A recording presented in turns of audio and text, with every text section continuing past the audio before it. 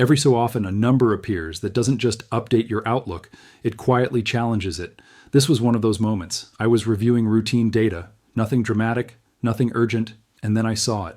Not a headline, not a prediction, a warehouse figure. And the moment it registered, I understood this wasn't random volatility.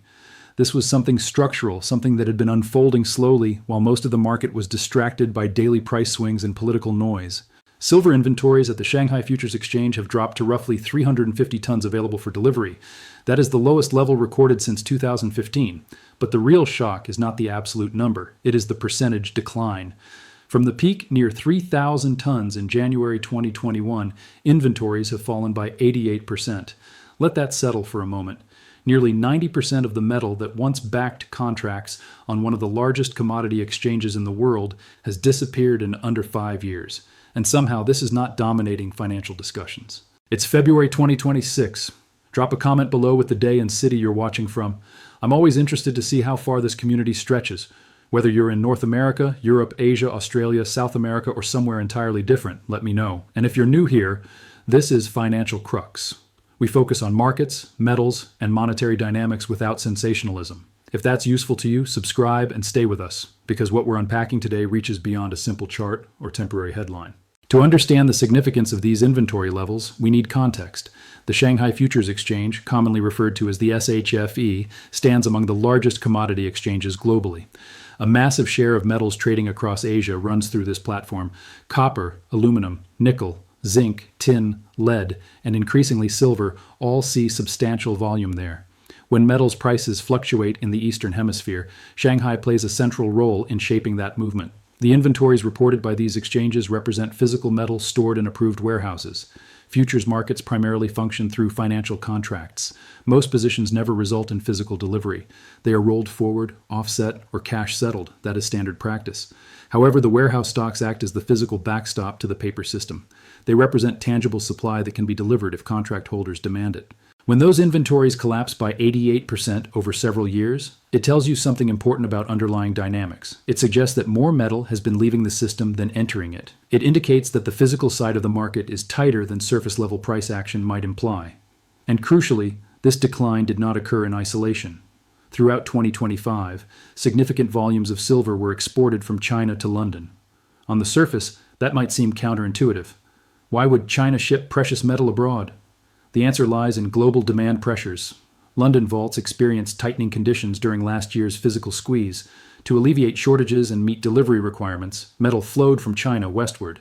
That movement supported London's supply but further reduced domestic inventories within Shanghai's exchange system. Consider the chain of events. A global physical squeeze intensifies. London draws from available supply. China exports silver to ease that pressure. Shanghai inventories drop further, eventually reaching levels not seen in more than a decade. What we're observing is not social media speculation. It's measurable warehouse data reflecting genuine physical tightness.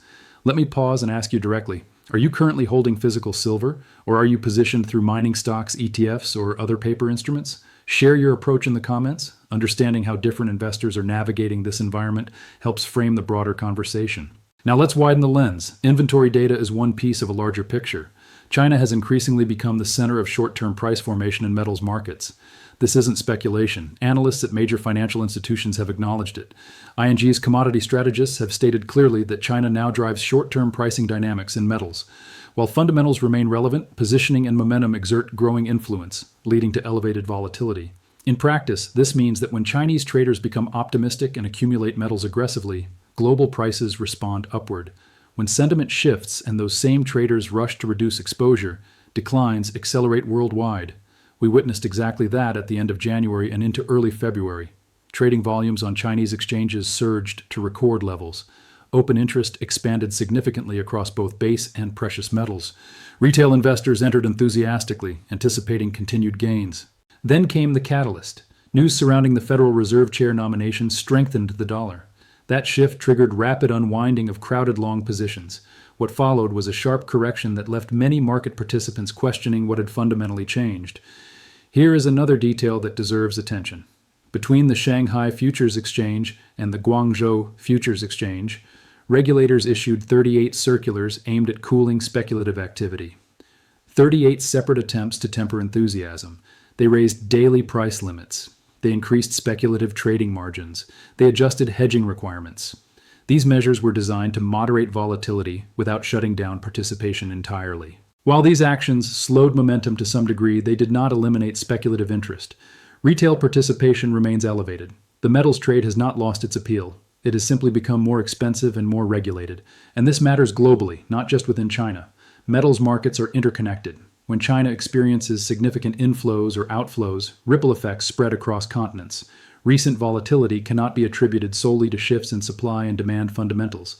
Extreme positioning amplifies price movements.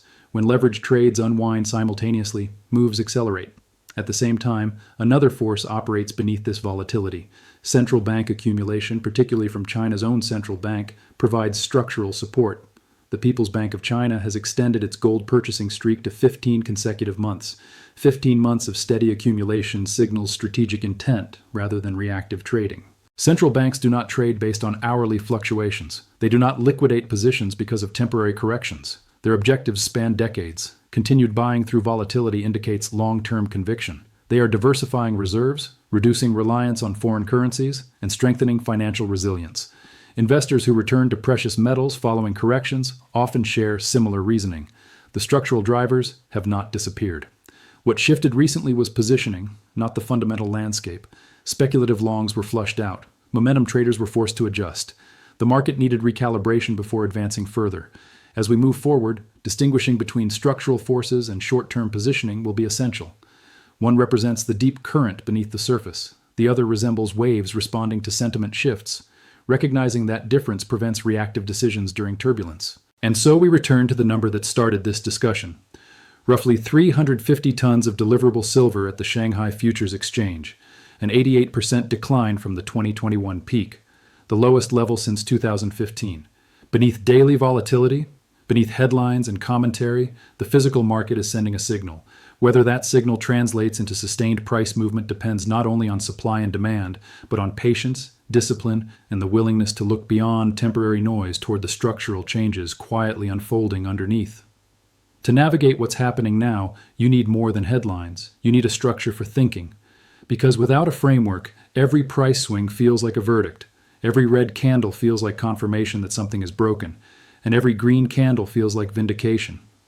Markets punish that kind of emotional interpretation. Right now, precious metals are being shaped by two simultaneous forces.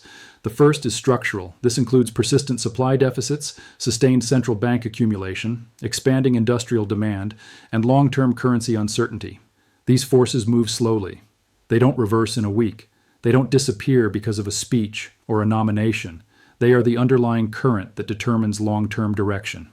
The second force is positioning and sentiment. How crowded is the trade? How much leverage is embedded in futures contracts?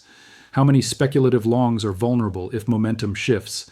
Unlike structural drivers, positioning can flip quickly. It is the surface wave riding above the deeper current. Sometimes it amplifies the underlying trend. Other times it temporarily distorts it. The correction at the end of January and into early February was primarily a positioning event. The fundamental silver deficit did not suddenly close. Global mine production did not surge overnight. Industrial demand from solar expansion, electronics manufacturing, electric vehicles, and artificial intelligence infrastructure did not collapse. Central banks did not abandon gold accumulation. What shifted was sentiment. The trade had become crowded. Speculative participation was elevated. And when the dollar strengthened following news tied to the Federal Reserve Chair nomination, that leverage unwound quickly. These rapid unwinds create dramatic price movement because they are compressed into short windows. But compression is not the same as structural change. The inventory data from Shanghai reinforces this distinction. An 88% decline from peak levels is not consistent with oversupply. It reflects sustained drawdown over multiple years. While paper contracts rotate in hours, physical inventory trends reveal a longer narrative. Timing also matters. China's Lunar New Year begins on February 17th, and major exchanges will close for more than a week. Historically, extended holiday closures prompt traders to reduce exposure beforehand. No one wants to hold large, leveraged positions when liquidity thins and markets pause. Exposure is trimmed, profits are taken, and risk is reduced. This behavior can create temporary softness in prices. Saxo Bank's head of commodity strategy has noted that seasonal exchange closures frequently weigh on both industrial and precious metals in the immediate term. Traders scale back ahead of anticipated seasonal demand improvements in early March. So if price action appears heavy into the holiday window, it may reflect calendar mechanics rather than deteriorating fundamentals. However, weakness tied to liquidity reduction is different from weakness tied to demand collapse. If prices dip because traders are flattening positions for timing reasons, and if the structural thesis remains intact, those dips can present opportunity. The difference between forced selling and fundamental deterioration is critical, so ask yourself, if volatility increases around the holiday period, are you prepared to act, or are you waiting for clearer signals once markets normalize? Clarity formed before stress is always more valuable than conviction formed during it. Now let's address the broader narrative. U.S. Treasury Secretary Scott Bessent recently attributed erratic price fluctuations to what he described as unruly trading in China. That word carries weight. It implies disorder, perhaps even irresponsibility, but volatility in metals markets is not uniquely Chinese. It is a global phenomenon that intensifies wherever participation and leverage converge. China is the largest consumer of many physical metals worldwide. It is logical that it would also influence price discovery. When retail investors enter any market in large numbers, volatility increases. Whether it is Chinese traders in metals or American traders in technology stocks, the mechanics are similar. Expanded participation amplifies swings. The 38 regulatory circulars issued by Chinese exchanges demonstrate active oversight. Margins have been raised, daily price limits widened, hedging requirements adjusted. These measures aim to temper excessive speculation without eliminating market activity.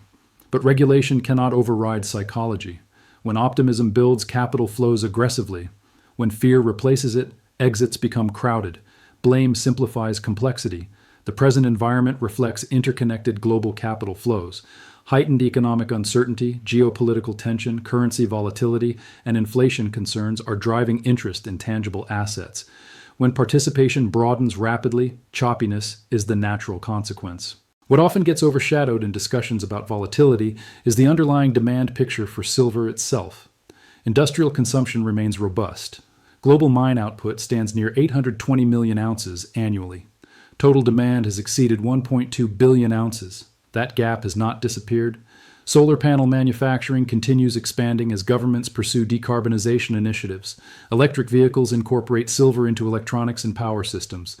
Fifth-generation telecommunications infrastructure requires materials with superior conductivity.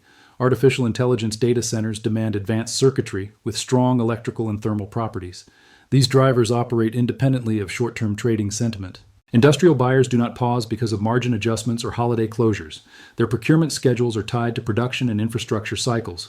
When industrial demand expands while supply growth remains constrained, physical tightness persists. Mining capacity cannot expand instantly. New projects often require a decade from discovery to meaningful production. Shanghai's inventory drawdown reflects cumulative pressure from sustained demand intersecting with limited supply elasticity. The paper market may oscillate, but physical flows continue. Eventually, divergence between paper pricing and physical reality must reconcile. Futures markets allow price to move independently of immediate supply conditions because most contracts settle financially. Large participants can influence price through derivatives without taking delivery. This is structural, not conspiratorial. It is simply how derivatives function. But structural flexibility has boundaries. When deliverable inventories tighten significantly, when enough participants demand metal rather than contracts, stress builds, premiums widen, delivery timelines extend. Arbitrage gaps between paper and physical markets become harder to sustain. The question is not whether reconciliation occurs, but when. There is no precise threshold. However, historic lows in warehouse inventories, sustained exports to alleviate foreign shortages, and persistent premiums on physical products all suggest tension beneath the surface. In the meantime, technical levels offer guidance. For silver, $84 has acted as pivotal resistance during February. A decisive break above that zone with strong volume opens the door to early February highs near $92, followed by $95.90 and the psychological $100 level.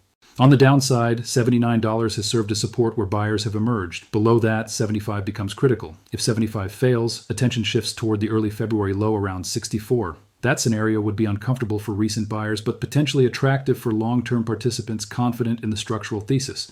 Gold exhibits similar thresholds. 5,100 has capped rallies. Above that lies 5,300, the January 30th high at 5,450, and the all-time high near 5,598. Support rests around 4,900, then 4,800, before the early February low near 4,650. Momentum indicators remain neutral to cautious. The relative strength index hovers near 50. The MACD struggles to establish sustained positive momentum. These signals suggest indecision. Markets appear to be waiting for a catalyst. Until clarity emerges, range-bound action may persist. Such environments test patience more than conviction. But patience grounded in understanding often separates disciplined participants from reactive ones. And in a market shaped by structural scarcity layered with short-term volatility, discipline may be the most valuable asset of all. There is one question that continues to surface whenever silver swings violently in both directions. If the physical market is genuinely this tight, if inventories are sitting near multi-year lows, why hasn't the price already broken higher in a sustained, unstoppable way? It is a reasonable question, and answering it requires clarity about how modern futures markets actually function beneath the surface. Most trading in precious metals does not involve bars being physically transported. It involves contracts. Those contracts are opened, closed, rolled forward, offset, or cash settled. The majority never lead to delivery. That structure allows for deep liquidity and substantial leverage. It also allows quoted prices to deviate from physical conditions for extended periods. Large institutions can influence short-term price through futures and option strategies without ever requesting metal. That is not evidence of manipulation by default. It is the natural architecture of derivatives markets. As long as participants are comfortable settling in cash and confidence in the system remains intact, price can reflect positioning more than warehouse availability. However, this flexibility is not unlimited. When deliverable inventories decline far enough, when physical premiums remain elevated, when more participants demand bars instead of paper exposure, pressure accumulates. If warehouse stocks become thin relative to outstanding contracts, stress eventually forces alignment between paper and physical markets.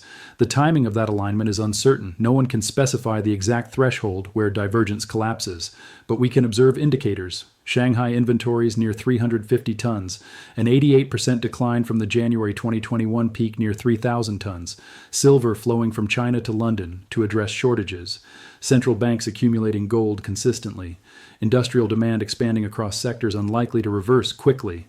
These elements form the structural backdrop, yet volatility persists. That volatility is not accidental. It is part of how markets function. Wide trading ranges, sudden reversals, margin increases, and liquidity gaps all contribute to emotional fatigue among participants. This environment is designed to test conviction.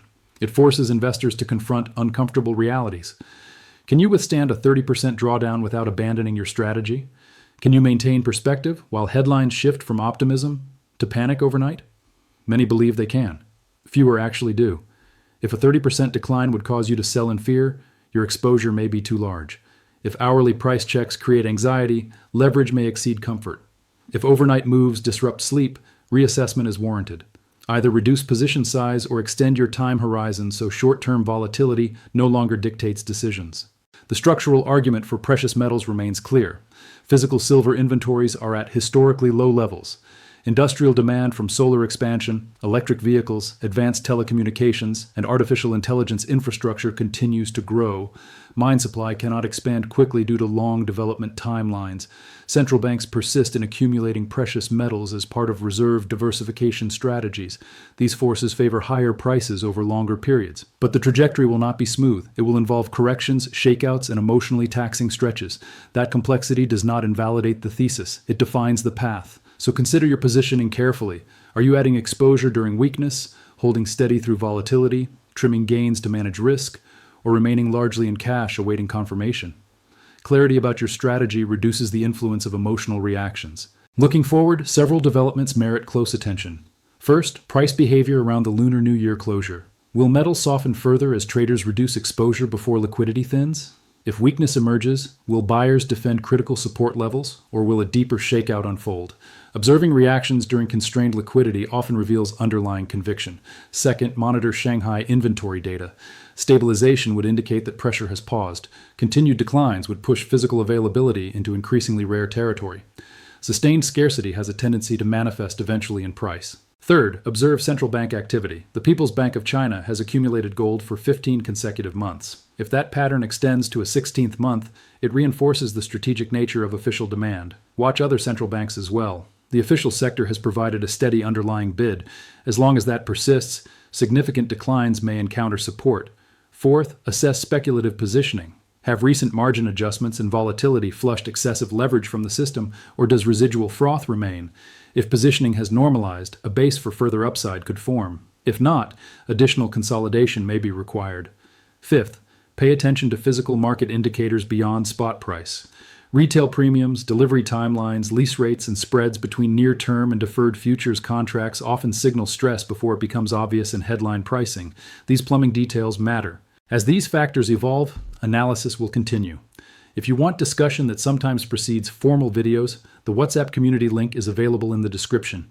It is free and designed for ongoing dialogue as developments occur. You can also follow updates on X at Financial Crux, where shorter market observations are posted throughout the day. Let's consolidate the key points. Approximately 350 tons of deliverable silver remain at the Shanghai Futures Exchange. That represents an 88% drawdown from the 2021 peak. It is the lowest level since 2015. That is the physical market communicating tightening supply. Simultaneously, extreme positioning, retail enthusiasm, regulatory margin adjustments, and holiday-related liquidity shifts overlay the fundamental picture with volatility. The paper price can diverge from physical conditions in the short term. Understanding both dynamics is essential. A balanced approach acknowledges structural strength while respecting positioning risk. It involves sizing exposure appropriately so volatility can be endured. It requires planning for multiple scenarios. It demands resisting the urge to let temporary turbulence override carefully formed convictions. The physical squeeze in silver is supported by measurable data, but translating that squeeze into sustained price appreciation requires patience and resilience. Markets often attempt to remove weak hands before rewarding those who maintain discipline. The foundation remains notable. 350 tons of deliverable silver in Shanghai. Historic lows. An 88% decline from peak levels. Silver moving from China to London to fill shortages. Central banks accumulating precious metals month after month. Industrial demand expanding across sectors unlikely to reverse. These are characteristics of a bull market foundation. Yet foundations do not eliminate volatility. Corrections will continue. Headlines will oscillate between fear and enthusiasm. The market's function is to challenge conviction. Stay measured, stay appropriately sized, recognize your own risk tolerance. And remember, this content is educational, not personalized financial advice. I am not your advisor. I do not know your individual financial situation or objectives. My analysis could be wrong. Conduct your own research, make independent decisions, and only take risks you can genuinely afford to manage responsibly.